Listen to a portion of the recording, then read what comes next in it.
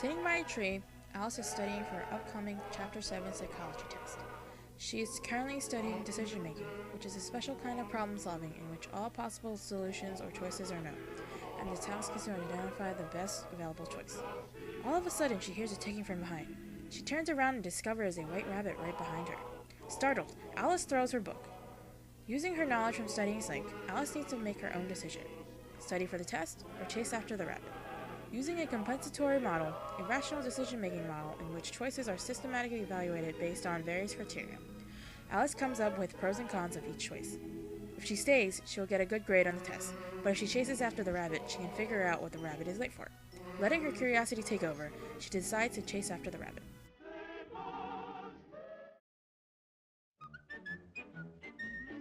She sees the rabbit go into a hole. She quickly rationalizes the choices. Fall into a hole that could lead her anywhere or go back to the safety of her tree. Letting her curious nature take over, she falls into the hole.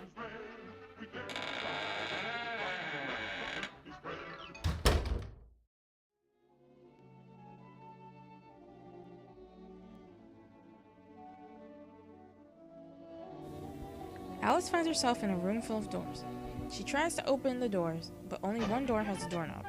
However, the door is too small. She looks around and sees a table with a piece of cake that says "Eat me" and a vial that says "Drink me." She drinks the vial and shrinks to the size of the door, but she finds out that the door is locked. She looks up and sees the key on the table. Now that she knows the vial makes her shrink, she uses hindsight bias, which is a tendency to see outcomes as inevitable and predictable after we know the outcome, to determine the cake will make her bigger again. She eats the cake and gets huge. Then she grabs the key and shrinks herself again to open the door.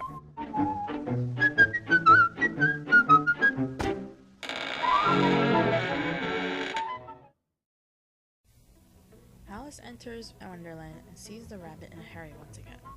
She tries to catch up, but the rabbit is too quick. Out of breath, Alice decides to take a break, but she sees a caterpillar instead. The caterpillar seems to be smoking hookah. Deciding that there is no other choice, Alice asks, "Have you seen my rabbit? Did you see it hopping by?" At first, the caterpillar doesn't answer, and continues to stare at Alice. However, after a stare-off, the caterpillar asks, "Who are you?" Alice is scared and creeped out, so she runs away. Once again, Alice sees the white rabbit hopping along. All this following is making Alice curiouser and curiouser. However, Alice loses the rabbit and finds a Cheshire cat instead. The cat advises Alice to return home and study for the psychology test.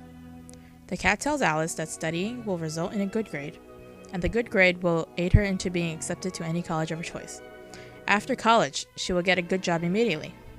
The cat is trying to use framing, which is the perspective from which we interpret information before making a decision. The cat wants to convince Alice into returning home by presenting her with a gain she will get from studying. However, Alice is determined to find the rabbit. So Alice tells the cat, "I need to find my rabbit now." The cat tells Alice that she will regret this decision, but tells her that there is a friend that can assist her.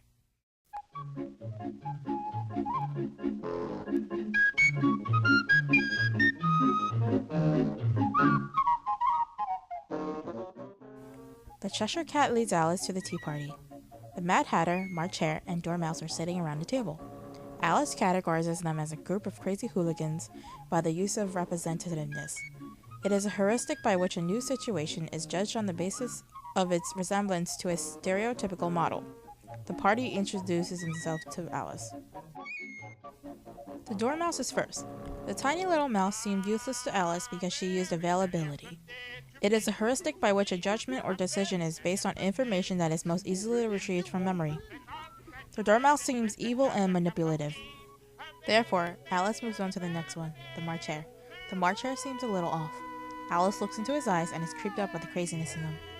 Alice uses confirmation bias, the tendency to look for evidence in support of a belief, and to ignore the evidence that would disapprove a belief. Also, only gibberish is coming out of his mouth anyway. Once again, Alice moves on to the next person, the Mad Hatter. The Mad Hatter informs Alice about the conspiracy. The Hatter tells Alice that the Red Queen is a horrible ruler. The group has agreed to overthrow her and to return the throne back to its rightful owner. The Hatter asks, "Would you like to join us, Alice?" Before Alice could answer, the Red Queen answers and shouts, "Off with their heads!"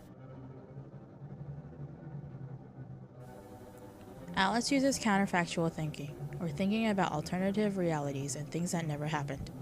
Alice says, if only I had stayed and studied, none of this would have happened.